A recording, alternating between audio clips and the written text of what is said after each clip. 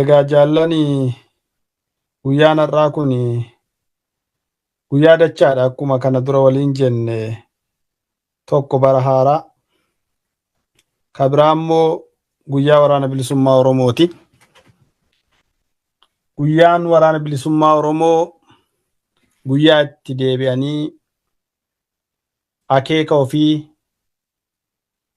karoora ofii baafatanii haaromanii waan waggaa darbe keessa hojjetan gabaasaa isaa waliif kennanii waan bara fuula duraatiif barbaadu immoo karoora baafatanii murannoodhaan galmaan ga'uudhaaf itti socho'anidha. Guyyaa kanatti ture.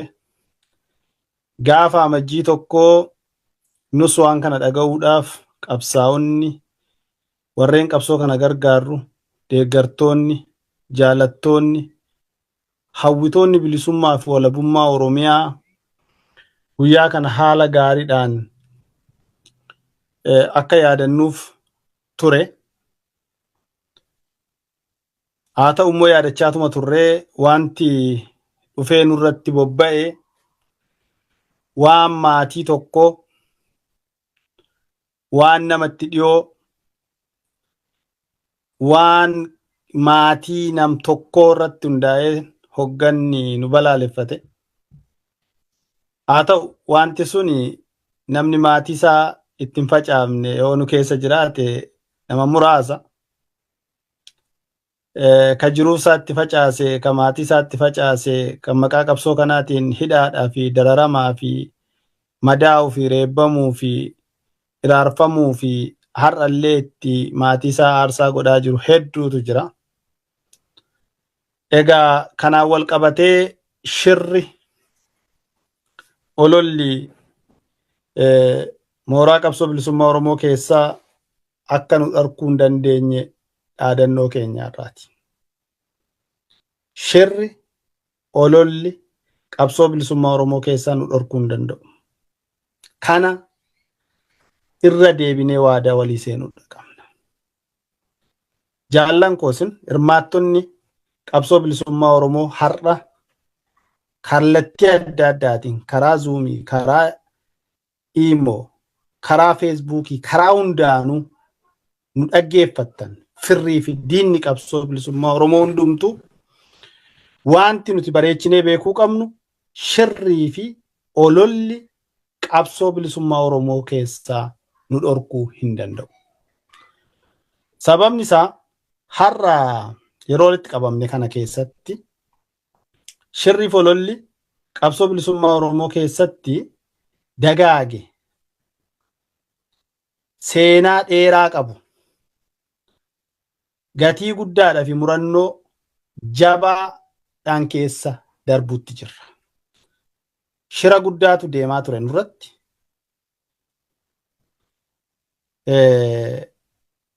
Ololli guddaan nurratti deemaa ture.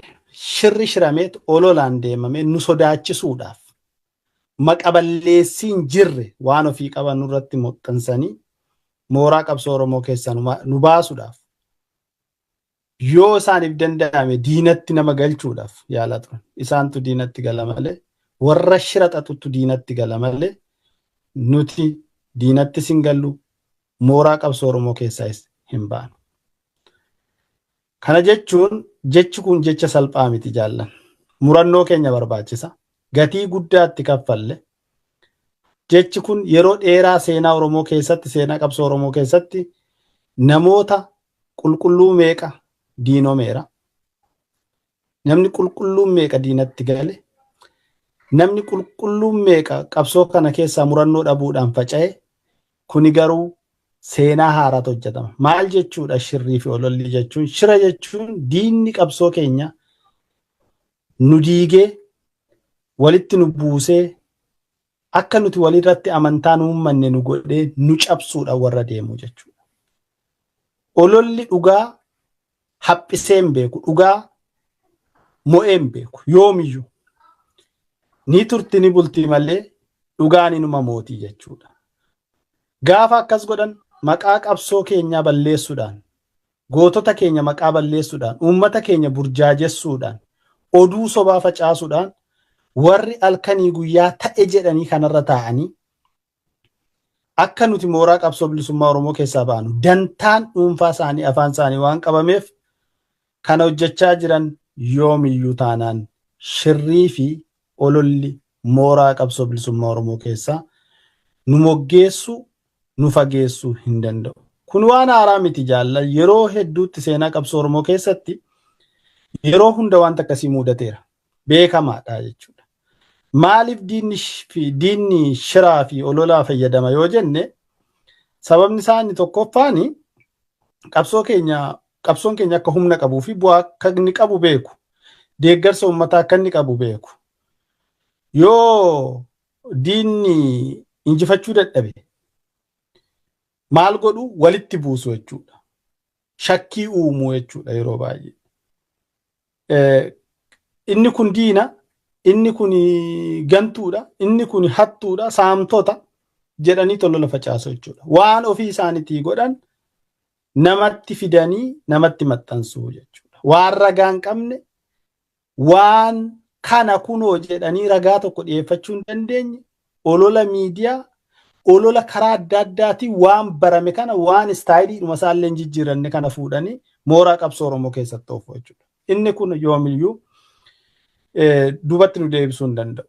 Maaliif shirriif olola irra aanuu dadhabee yeroo baay'ee namni keessaa harcaa yoo jenne sababoota hedduutu jira jechuudha. Tokkoffaan qabsoon keenya haqa qaba. Qabsoo haqaa geggeessaa jirra.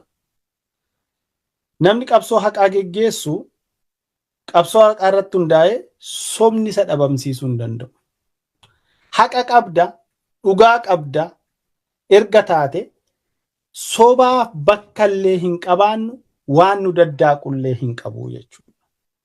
Gama biraatiin qabsoon kun qabsoo uummata bal'aati. Qabsoon kun kan nam tokke, kan nam lama, kan nam sadii miti. Kanayyuu meeqa irratti waa hedduu dadhabe. Kan qabsaa'onni meeqa irratti lubbuudhaaf kitimaman. Kan qeen Oromoo irratti gubate. Kan qeen namaa irratti barbadaa'e. Ani amma qabsoo bilisummaa Oromoo keessaa ba'ee jiraachuu hin danda'u. Waa hedduun itti dhabe, waa hedduun ta'e. Tokkoon kee qabsoo bilisummaa Oromoo keessaa baatee jiraachuu hin dandeessu. Kanaaf waan kana keessaa nu moggeessuu hin danda'u eenyumtiyyuu. Eenyuyyuu hin danda'u. Eenyuyyuu hin danda'u. Warri kana yaadan, warri kana yaalaa jiran abdii haa kutatan. Qabsoo bilisummaa Oromoo keessaa itti kitimamna malee, itti dhabamna malee, hololaa fi bololaan nam tokkorraa nu baasuu hin danda'u. Jaarmaa ABO dhiisanii jaarmaa biraa jaaratan nuti paartii miti, nuti Itoophiyaawuta miti. Warra Itoophiyaatu paartii ijaarrata. Dhimma Itoophiyaa irratti waliigallee hin beeknu. Nuti faannoo faana haasa'uutti hin jirru.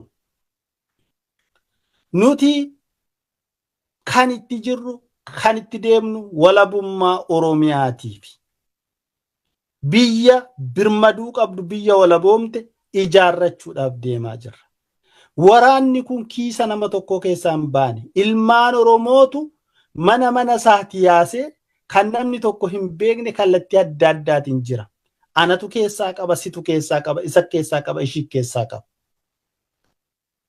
Waan kiisa nama tokko keessaa ba'e miti waraanni bilisummaa Oromoo. Kana bareechanii beekuu danda'uudha qabu. Gama biraatiin qabsoo kanarratti wareegama hedduutu jira. Wareegama hedduutu jira. Nama hedduutu itti dhabe. Mirga namoota hedduutu itti wareegame. Rakkoo hedduutu irratti qabsoo kana ga'e. Dhiiga gootota hedduutu irratti dhangala'e.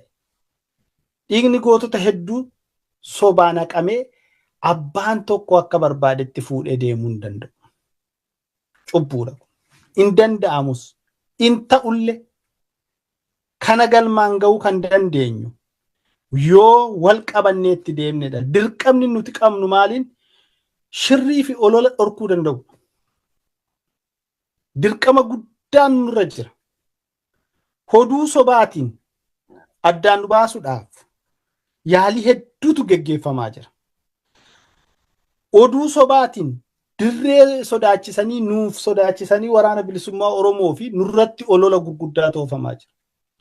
Warra waa'ee mooraa qabsoo Oromoo maal akka taate hin beekne hedduutu wanta Facebook irraa ololaa bololaan bitamee waa adda addaa nurratti geggeessuu jira. Kanaaf yoomiyyuu harka kennuun nurra hin jiru. Har'a warreen dhugaa falaxanii namatti himan akka diinaatti booyyee fakkeessanii ashaangulliitii yookaan fakkeessanii miidiyaa hawaasarra oofuudhaan wanti tokko dhufu hin jiru. Kun jabina namaaf kenna. Gara fuula duraatti illee namni jabaatee akka wajjin dhaabbatu godha malee akkuma kana dura wal qabannee walitti rarraanee wal faana hojii keenya kana hamma har'aa kanaan geenye deemaa jirru kana nu godha malee waan dugda duubatti nu deebisu miti. Yoo dhugaa hin qabaanne yoo dharaan deemna ta'e eessayyuu hin geenyu. Dhugaa amma qabannee deemnutti garuu dirqamni keenya inni guddaan wal jabeessu akka qabsoon keenya hin miidhamnetti otoo diinni addaan nu qooduu dhiise tokkummaan keenya humna akka ta'etti tokkummaan qoricha shiraaf ololaati. Kanaaf irra aanne as keenya. Tokkummaan keenya qoricha shiraafi ololaati. Namni tokkummaa qabu, sabni tokkummaa qabu, sabni gamtaa qabu yoo alfaana dhaabbate shiraafi olola ni mancaasaa jechuudha. Elaa jaallan shirri ololli har'aa jiru kun kaleessas tureera. Borus immoo numa jiraata. Maaliif garuu qabsoo haqaa amma xurii qeensaa hubuu hin danda'u qabsoo haqaa. Kaleessas shira ture. Har'as shira jira. Borus shirri ni jira. Olollis ni jira. Shira kaleessaa akka jalqabeen mootummoonni darban hedduun isaanii namoota har'an wajjin jiran kana gurguddaa kana ka barruulee hedduu barreessan kana irratti illee shirrii fi ololli deemaa ture. Garuu hejjannoo isaaniitiin dhugaa qabanii har'as jiru. Borus ni jiraatu. Qabsoon keenya yoomiyyuu taanaan qabsoon bilisummaa Oromoo nama tokko nama lama waaqessuudhaaf otoo hin taane kaayyoo saba Oromoo dhugaa saba Oromoo galmaan ga'uudhaaf kan inni dhaabbatee waan ta'eef kanaaf shirrii fi ololli yoomiyyuu mooraa qabsoo Oromoo keessa nu moggeessu nu dhabamsiisuu hin danda'u. Eenyummaan Oromoos baduu hin danda'u. Fedhii bilisummaa Oromoo fedhii uummata Oromoo walabummaa Oromootiif kan galmaan ga'uu dandeenyu yoo tokkummaa qabaanne yoo walirratti amantaa qabaanne yoo murannoo jabaa qabaannedha. Kanaafuu walamantaa keenya dagaagfannu walitti haamannu walitti ajabaannu tokkummaa godhannu. Kanaaf shirrii fi ololli qabsoo bilisummaa Oromoo keessan dhorkuu hin dandeessu kan jedhu dhaadannoo keenya bara kanaa ta'e nuuf haa deemu jedheen dubbadha. Qabsoon keenya itti fufa.